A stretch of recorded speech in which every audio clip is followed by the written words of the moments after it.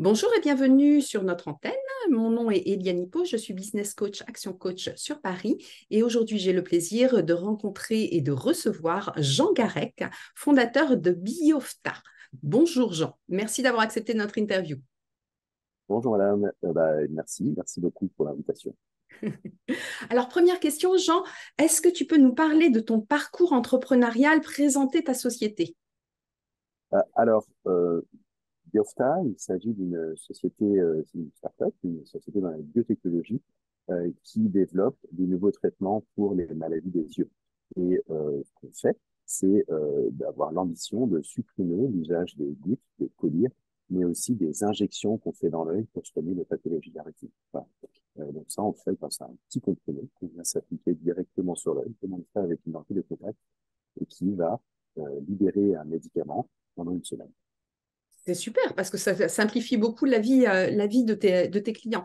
Alors comment ça se passe et comment est née l'idée de Biofta? Alors, moi, je suis pharmacien. J'ai toujours travaillé dans l'industrie pharmaceutique depuis une vingtaine d'années et exclusivement dans le milieu des yeux et de l'ophtalmologie. Donc, c'est quelque chose à laquelle j'ai vraiment été exposé, mais également depuis mon plus jeune âge, parce que mes deux parents sont tous les deux toubibs et ophtalmo. Donc, cette problématique de la lourdeur de traitement, c'est quelque chose auquel je suis confronté tout le temps. Et puis, surtout, la lourdeur de traitement, c'est corrélé à les faits que les patients ne prennent plus leur traitement. Quand ça devient peu lourd, quand ça devient trop lourd, on ne prend plus son traitement. Et donc, la maladie évolue de manière irréversible, alors que pourtant, il y a des traitements qui sont efficaces. Alors, effectivement, c'est quelque chose qui est totalement dans l'air du temps de prendre soin de sa santé et de faciliter la vie des gens. Est-ce que tu peux nous parler de ton client idéal? Comment est-ce qu'on vient à toi? Comment est-ce que on découvre Biofta? Est-ce qu'il y a des prescripteurs? Est-ce que tu passes par des ophtalmos, justement? Comment ça se passe? Alors, nous, on est bien en amont de cela. Développer des médicaments, ça prend des années, voire des dizaines d'années. Euh, c'est un cadre réglementaire bien défini. On commence par tester sur certains modèles animaux afin de savoir s'il n'y a pas de risque, identifier, puis on va faire différentes séries d'essais cliniques chez l'homme. Donc tout ça, ça prend énormément de temps. Aujourd'hui, on en est au stade où on est en train de réunir les données qui nous seront nécessaires pour demander l'autorisation d'un essai clinique chez l'homme. L'essai clinique chez l'homme, on espère pouvoir le terminer en 2025. Donc, pour certaines sociétés, c'est un horizon très long. Pour nous, c'est très court. Donc, on n'a pas encore de clients puisqu'on n'a pas de produits sur le marché. On ne sait rien à ce stade.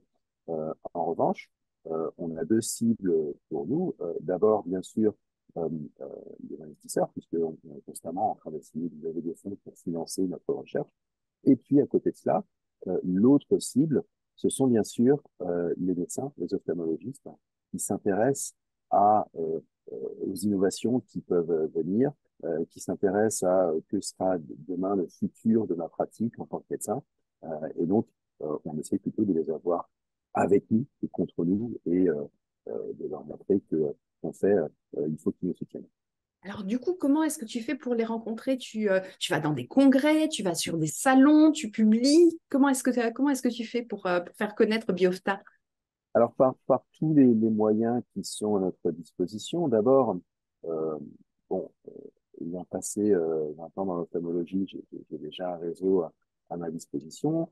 Dans le domaine de la médecine, généralement, il y a un terme qu'on emploie tout le temps, c'est les KOL, les Key Opinion Leaders. Ce sont les médecins qui sont un petit peu au-dessus de la mêlée, qui ont fait pas mal de recherches et chez qui les autres médecins vont aller chercher l'avis, vont écouter lors des congrès. Donc, on essaye de s'adresser à ces gens-là ces médecins-là, d'abord, certains, on les connaît, et puis si on ne les connaît pas, il y a effectivement les congrès médicaux qui sont des bons lieux d'interaction.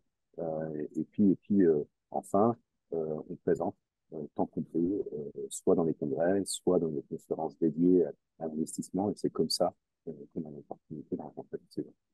Alors, fin 2025, tu espères pouvoir commercialiser, donc c'est demain. Comment est-ce que tu prépares ton entreprise à cette mise en place et ce grand lancement finalement? Alors, fin 2025, on commercialise pas encore. Ah, Euh, on commence le cycle des essais cliniques chez l'homme. En revanche, fin 2025, il est envisageable pour nous que il y ait un grand labo pharmaceutique qui dise ah bah premier produit que vous avez développé sur la base de ces essais cliniques, ces résultats chez l'homme, eh bien on serait intéressé d'en avoir le droit pour nous ultérieurement le commercialiser. Donc ce qui peut se passer fin 2025, c'est qu'on va signer un accord de licence pour que quelqu'un puisse diffuser cette technologie. Le produit ne sera pas prêt pour être prescrit chez les patients. alors, ton marché, parce que l'être humain n'est pas simplement un habitant de la France, est-ce que quand il y aura un lancement, du coup, ça veut dire que ce sera un lancement d'abord national, puis européen, puis international, ou directement sur la partie internationale? Alors, effectivement, c'est une question importante parce que ça conditionne beaucoup de choses qu'on fait aujourd'hui, à savoir quelles autorités on va aller voir pour demander l'autorisation de mise sur le marché.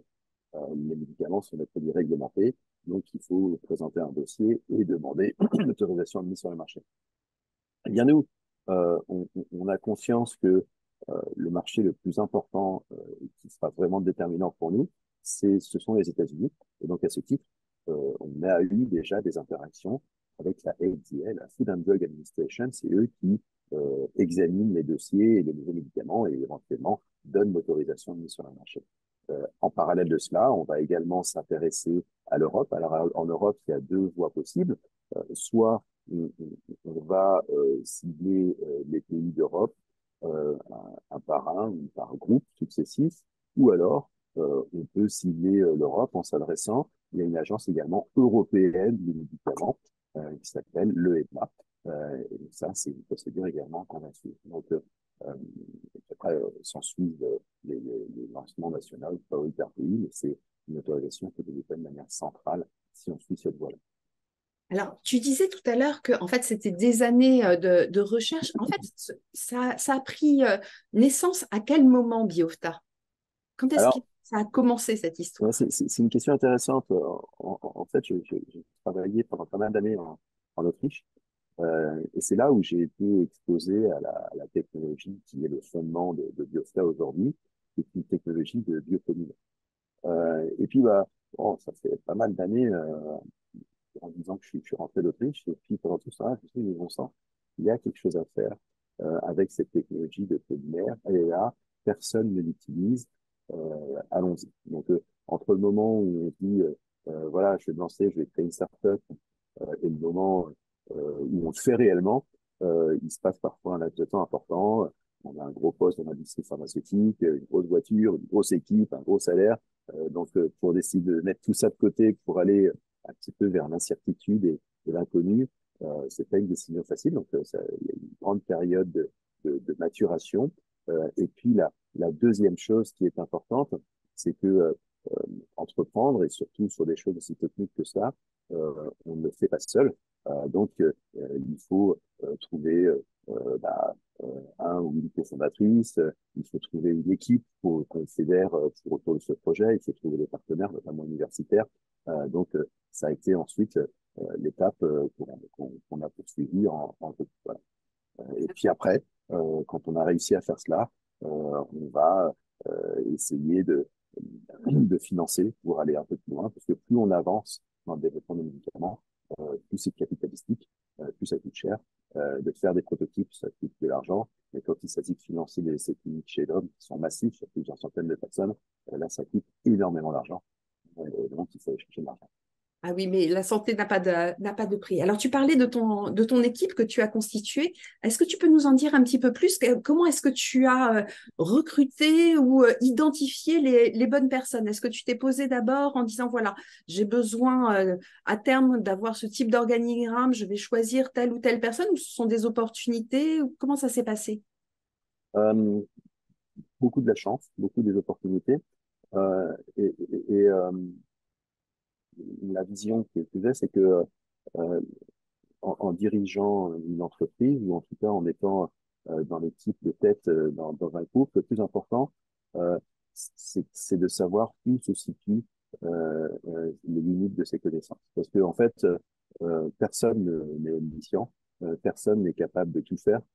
Donc, il faut savoir quelles sont les compétences qu'on a besoin d'aller chercher et quelles sont les expertises qui nous font défaut pour aller plus loin. On peut avoir une petite notion, c'est suffisant, mais c'est pas suffisant pour faire. Et donc, il faut aller chercher quelqu'un qui aura plus que cette notion et qui sera un expert. Donc, euh, nous, on a cofondé à deux Biopta avec des expertises très complémentaires. Comme je disais initialement, euh, euh, mon background, c'est vraiment l'ophtalmologie. Je suis pharmacien. J'ai toujours bossé dans le milieu des yeux. Donc ça, c'est quelque chose que je connais bien. En revanche, j'ai tout de suite su que de développer un nouveau médicament, la science, monter une équipe de R&D, ça, c'est pas quelque chose que j'ai l'habitude de faire. Et le cofondateur de Biopta, il s'appelle Jean Clinet, eh bien, lui, c'est quelque chose, en revanche, qu'il maîtrise beaucoup mieux que moi. Il n'a pas l'expérience de l'ophtalmologie, mais il a l'expérience de comment il faut faire pour monter une équipe et développer un nouveau médicament. Donc, finalement, on s'est dit, bah, on est très complémentaires. L'un et l'autre, on apporte des choses qui sont capitales pour monter cette société. Et donc, allons-y. Et puis ensuite, on a dit, bon, bah voilà, on a la chimie des polymères, ni l'un ni l'autre ne sachant faire ça, allons chercher un chimiste, allons chercher un expert en développement préclinique. Enfin, voilà, à chaque fois qu'on avance, on identifie là où sont les besoins et là où on doit aller se renforcer. L'association dont finalement tu parlais, est-ce que c'était quelque chose qui a été facile au départ? Comment est-ce que c'est quelqu'un que tu connaissais? C'est quelqu'un qui t'est proche ou Alors c'est... absolument pas. En fait, c'est pour ça que je parlais de chance et de hasard tout à l'heure. Lorsque telle décision de me jeter à l'eau et de dire voilà, allons-y avec cette techno, créons une boîte. Euh, euh, bon, j'étais assez réaliste sur les pourcentages de probabilité de succès d'une startup en santé, c'est assez faible. Donc je me suis tout de suite dit bon, cette aventure-là, elle a quand même des chances de réussir, mais aussi beaucoup de chances d'échouer. Donc renforçons nos compétences en disant bah je vais faire un MBA, un exécutif MBA. Si jamais ça ne fonctionne pas, j'aurais peut-être ajouté une corde à mon arc afin de me retrouver un boulot plus tard. La deuxième chose, c'était de se dire, bah, tous ces exécutifs MBA, ils comment dirais-je, proposent de mettre en place un capstone project, un projet de groupe qu'on va mener pendant les 18 mois avec des experts de différents horizons, de différentes compétences. Je me suis dit, bah, tiens, je vais apporter mes projets de boîte dans ce MBA et puis travailler en groupe là-dessus et puis quelque part avoir 18 mois de consulting gratuit avec cette équipe de participants. Et puis la troisième chose, c'est que tout le monde m'a dit, ah, bah, dans un petit MBA, tu verras, tu seras susceptible de rencontrer un cofondateur. Oui, peut-être, on verra. Il ne s'est pas passé une semaine après le début du programme que Jean-Pierre est venu me disant, mais écoute, c'est intéressant ce que tu fais, et puis on pourrait réfléchir à travailler ensemble. Et puis quelques mois plus tard, quelques semaines plus tard, on a fondé la société. Génial, une très très belle aventure. Alors, une question, Jean, est-ce qu'il y a des fausses croyances, des idées reçues sur ton secteur d'activité qui est celui de la santé euh, que tu aimerais mettre à mal à cette antenne? Alors oui, absolument. Euh, on parle beaucoup des startups aujourd'hui, c'est devenu de plus en plus populaire. Lorsqu'on parle aux étudiants, il y a 20 ans, ils voulaient tous rentrer dans des grands groupes pharmaceutiques. Aujourd'hui, ils veulent tous rentrer dans des startups. Donc il y a vraiment un changement, un gros attrait. Et je pense que ils sont pour beaucoup les têtes d'affiche. Tout le monde entend parler de Elon Musk, de Jeff Bezos, de tous ces gens qui ont monté des startups toutes petites et qui sont devenus multimillionnaires. Donc l'idée générale, parfois inconsciente, parfois volontaire, c'est de dire bah en fait les gars qui font des startups, c'est la patte du gain. C'est de faire une grosse culbute, de devenir millionnaire avec ces licornes dont on parle tout le temps. Et ben, je pense que la première idée reçue, c'est que tout ça c'est faux. En fait, il faut savoir que lorsqu'on quitte son boulot pour aller créer une startup en biotech, bah, la première chose qu'on fait, c'est de s'inscrire au chômage. On ne paye pas au début. que l'incertitude est très grosse et que ce qui nous fait vibrer tous les jours, c'est pas du tout l'opportunité d'un gain potentiel, c'est qu'on croit énormément à ce qu'on fait. On croit que la solution qu'on développe, elle va pouvoir bénéficier à beaucoup de gens, beaucoup de patients. Il y a des millions de gens aujourd'hui qui perdent la vue à cause de pathologies contre lesquelles il y a pourtant des traitements. Et c'est ça qui nous guide et qui nous fait vibrer tous les jours. Si j'avais voulu devenir millionnaire, j'aurais plutôt gardé mon boulot là-bas. Donc, une mission sociétale que tu t'es donnée et que l'autre Jean partage avec toi et que j'imagine ton équipe partage également. Alors, tu nous as parlé des prochaines étapes pour Biofta. Quelle est la tienne de prochaine étape? Qu'est-ce qui, toi, va te guider dans les prochains mois?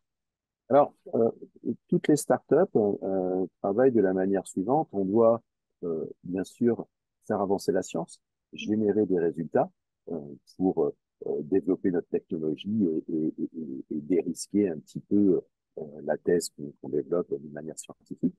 Euh, et pour ça, il faut de l'argent. Donc, en parallèle, on doit aller chercher des investisseurs, lever de l'argent pour financer cette recherche. Et donc, il faut que les deux avancent de pair. S'il n'y a pas d'argent, il n'y a pas de résultat. Et s'il n'y a pas de résultat, il n'y a pas d'argent.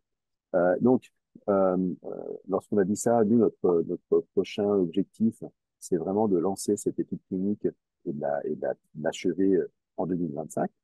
On va faire ça à Boston, on est un peu les plus connus dans le domaine thérapeutique auquel on s'intéresse. Et pour ça, eh bien, on travaille sur une levée de fonds de 4 millions et demi.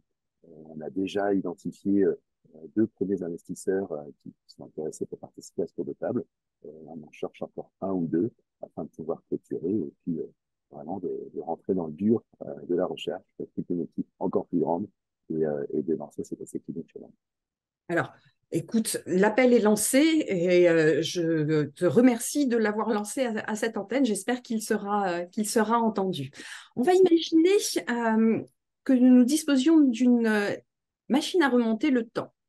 Je t'embarque dans la machine et nous remontons de quelques années en arrière et nous te rencontrons adolescent. Est-ce qu'il y a un conseil que tu aimerais donner à Jean adolescent que tu rencontres? Euh, alors, je changerai pas grand-chose à ce que j'ai fait. Toutefois, il y a un conseil qu'on m'a donné étant plus jeune, lorsque j'ai signé mon premier contrat de travail, et que j'ai plaisir à partager parce qu'il m'a beaucoup aidé, ce conseil-là. Euh, euh, je me souviens très bien d'avoir été convoqué à l'issue de mon stage dans le bureau de mon PDG. Euh, J'étais plus jeune, j'avais pas 30 ans. Et puis, pour signer justement mon premier contrat de travail, parce que j'avais fait mon stage chez eux, ils me proposaient un boulot derrière.